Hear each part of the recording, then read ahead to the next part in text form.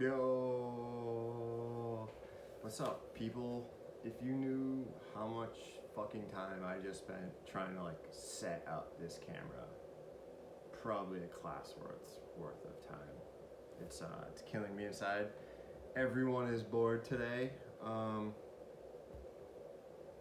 My friends are just relentlessly texting me. Like I was just like, I need them. I'm sorry, there's like a light right behind me. Just need them to shut the fuck up. What's going on, people? How are you surviving? Welcome to YouTube class. It's YouTube class. Look at this. My fucking light right behind me. I'm trying to scoot. I'm wearing a t-shirt. Showered just for you.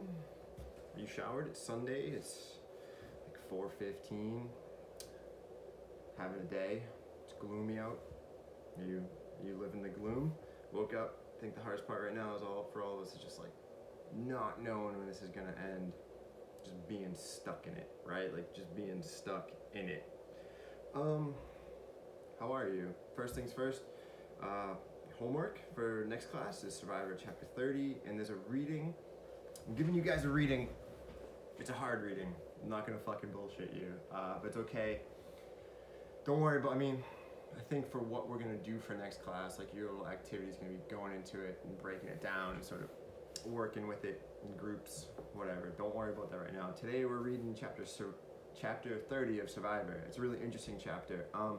Just to recap, I sort of want to reiterate what this class is about. I think it's really interesting because we've talked about the American hologram so much, and this is sort of like talking about agency. And if you're in Schoology right now, and just watch this in Schoology, don't fucking click over to YouTube.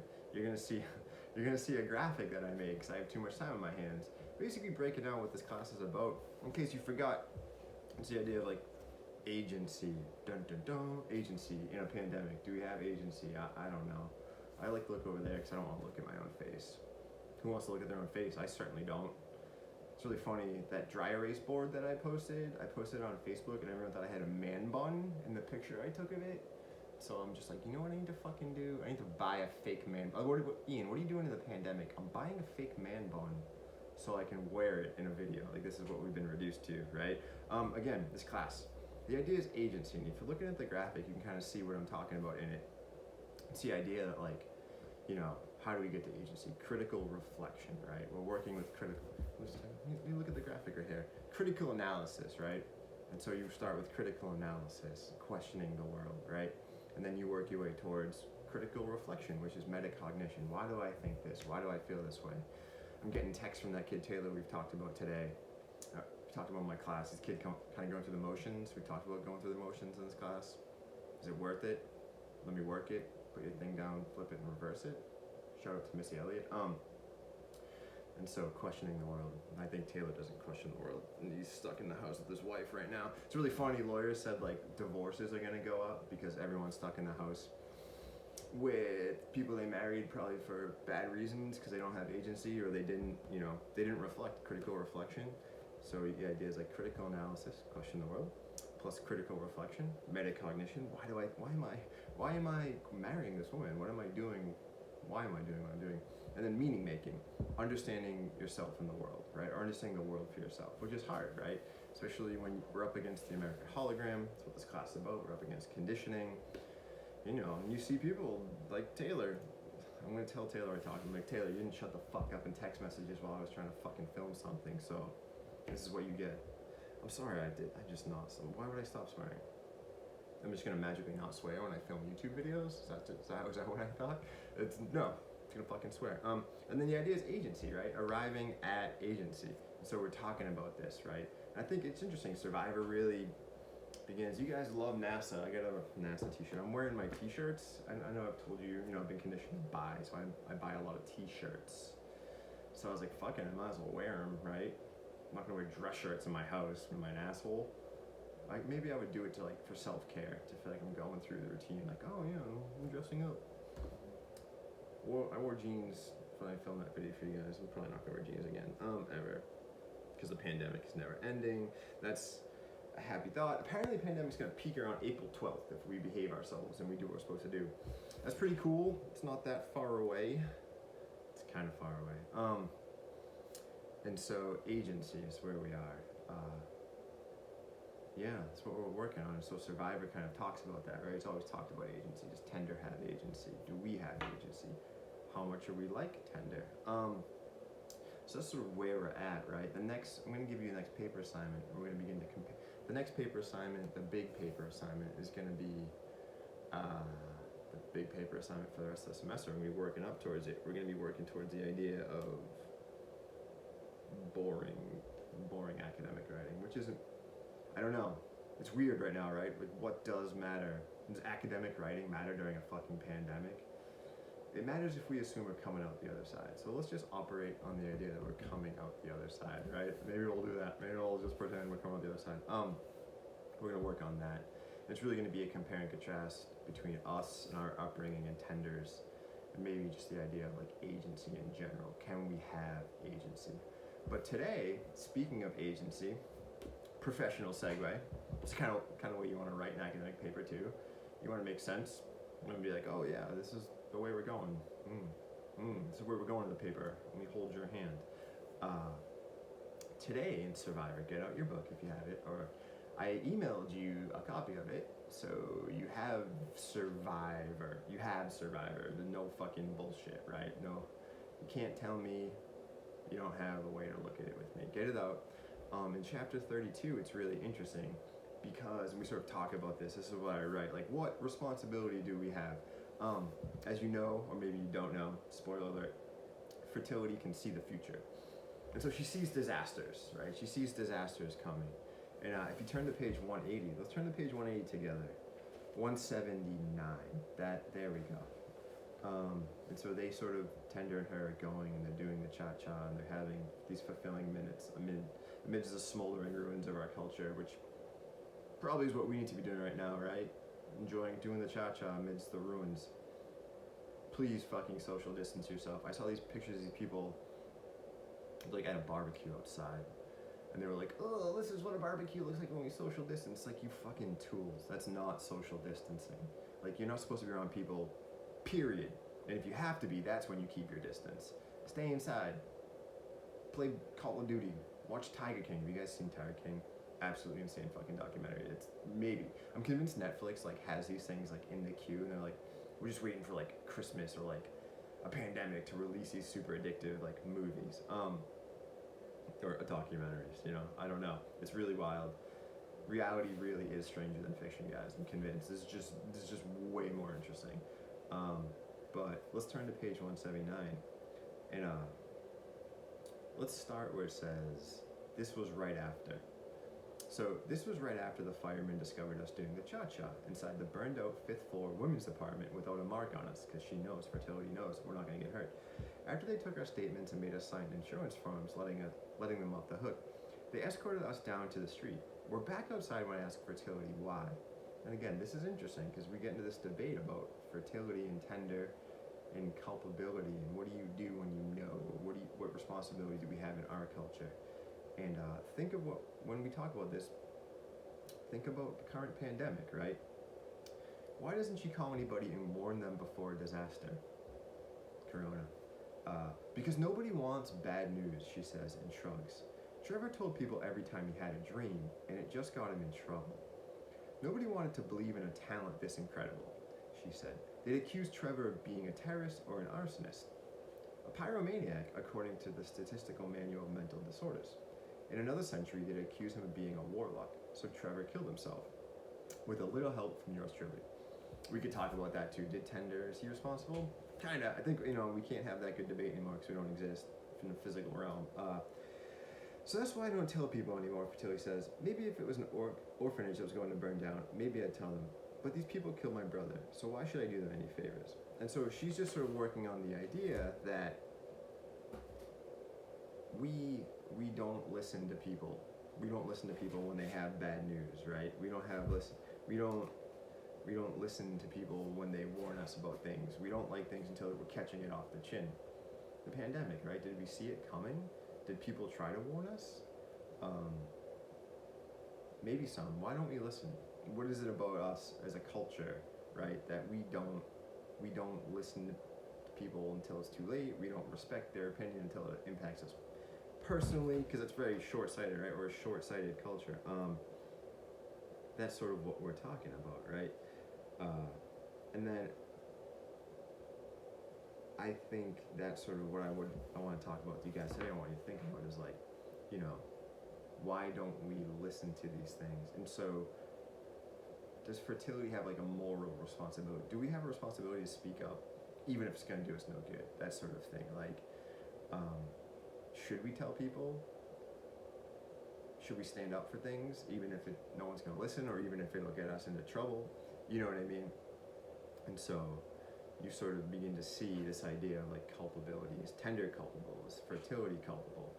And I want you to think about that. And the other big theme for our reading today, my dad's fucking everyone's bored. I guess it's because it's rainy out, so like I feel like the way we were distracting ourselves prior to this was like going outside, maybe going for a walk, kicking a kickball, sitting too close to one another in a fucking at a barbecue, because we're not supposed to be doing that. And so the idea of freedom. The reading for Thursday, this scholar Andrew Bacevich, he makes an argument for average Americans. You know, do we really want freedom? And I think that's the idea that do we want freedom or do we want comfort, right? Or are they the same thing? On page 178, turn to 178, sort of get into this idea of freedom. It says, this is Tender and fertility, hang out again. Tender says, outside the commercial bakery, there's a smell of bread where in 5 days fertility says boom.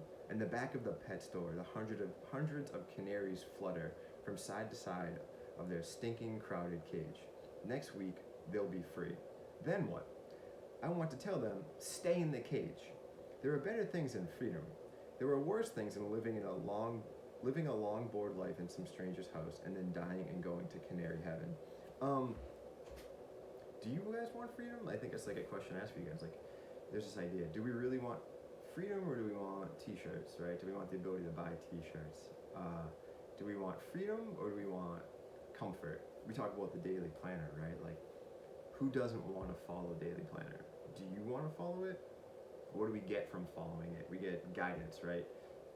Do you really want the freedom to design your own life, or is that overwhelming? Is it worse to not have freedom, or is it better?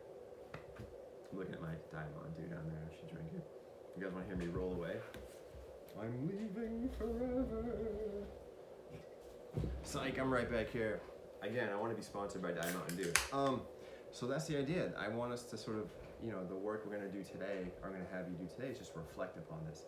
I think one of the interesting things about an online class is sort of like very much metacognitive. You guys are sort of on your own and forcing you to reflect upon these things yourself, which in some ways is interesting. It forces you to think, right? And other ways it kind of sucks, because I love the back and forth. You know, do you like freedom? I'd like to talk to you guys about that. Like, do you want to be free? My friend Taylor seems deeply unhappy, but I don't think he would want the freedom either, right? And so that's sort of where we're at, right? So for today, we're going to do some work. I want you to think about the idea of like, why don't we listen to those who know? There's always people who know, right? There's always people who know. Fucking climatologists. Maybe we're not going to be signing the $3 trillion stimulus pack in 35 years to save the climate until something awful happens. Until it happens, until it impacts us, we don't give a shit, right? We live this consumer life. We want the stuff, we want to throw away the stuff. And until the garbage piles on our fucking doorstep, fine, who cares? Big whoop. There's a garbage patch in the Pacific Ocean. It's killing the fish.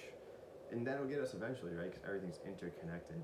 We talked about this with the pandemic. I talked about it with you guys. Like, all these like situations, if our healthcare system was set up differently, we would be handling it differently.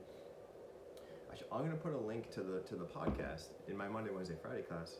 I talked about it with student Zach. Like, Joe Rogan had someone on it, and his name is Michael Osterholm. And he's like, we don't prepare for these things, and we should, like pandemics, right? Because our healthcare system is so fucked. And he's like, think of a fire, right? Think of a fire. I'm thinking of a fire. it's the idea that imagine you had to order a fire truck every time there's a fire. That sounds fucking crazy, right? And so it's the idea that like we should have been ordering these masks for the nurses. If anyone knows a nurse, God bless them, or a grocery store worker, anyone that has to be out in this nightmare right now, like I tip my fucking cap to them because it's so dismal.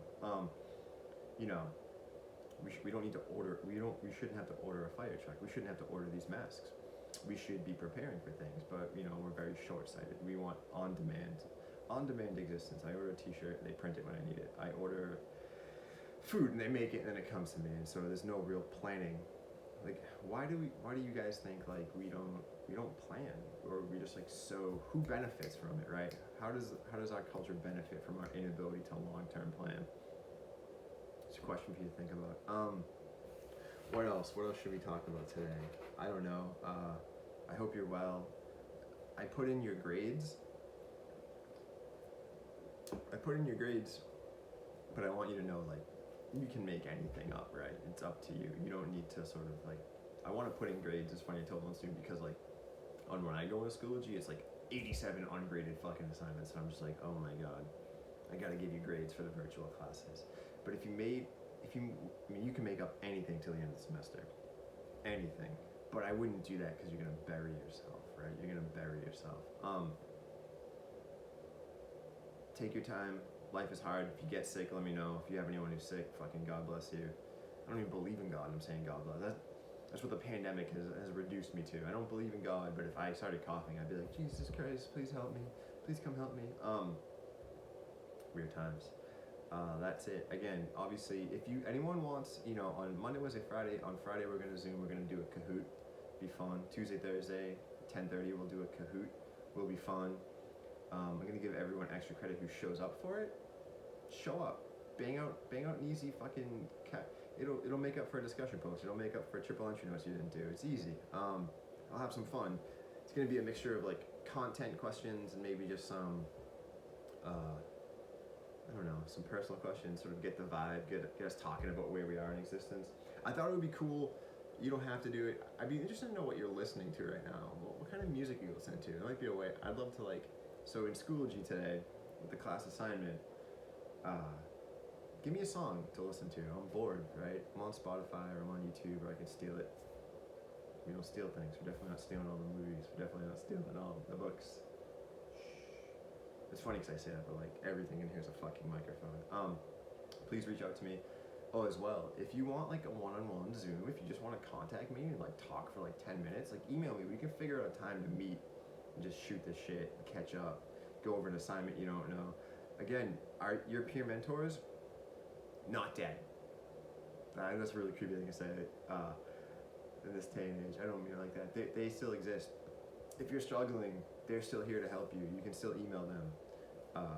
You don't get a paper assignment, they've done the paper assignments, they can help you. If you don't get triple entry notes, they can help you. They're really rad. I am deeply disappointed I can't spend more time with them right now. I hope they come to the Kahoots. That's really it, guys. If you have any questions, please let me know. Email me. Just shoot me a line. My dad says, just shoot me a fucking line. That's what you say when you're like an MBA, or even masters in business. And you're just like, yeah, let's make contact, let's touch base. It's fucking bullshit terminology. How's that going for JetBlue executives right now? Pandemic's smoking them. It's cool. Our tax money will bail them out. It's like a libertarian there, huh? I don't know, a little skeptical about tax money. Shout out to Pepsi Cola though, Mountain Dew. Alright guys, I will see you through the power of YouTube again in the second class of the week, and then I will hopefully see you on Zoom. Take care. This is the awkward thing, they're like, oh, I'm gonna fumble with the ending the record button.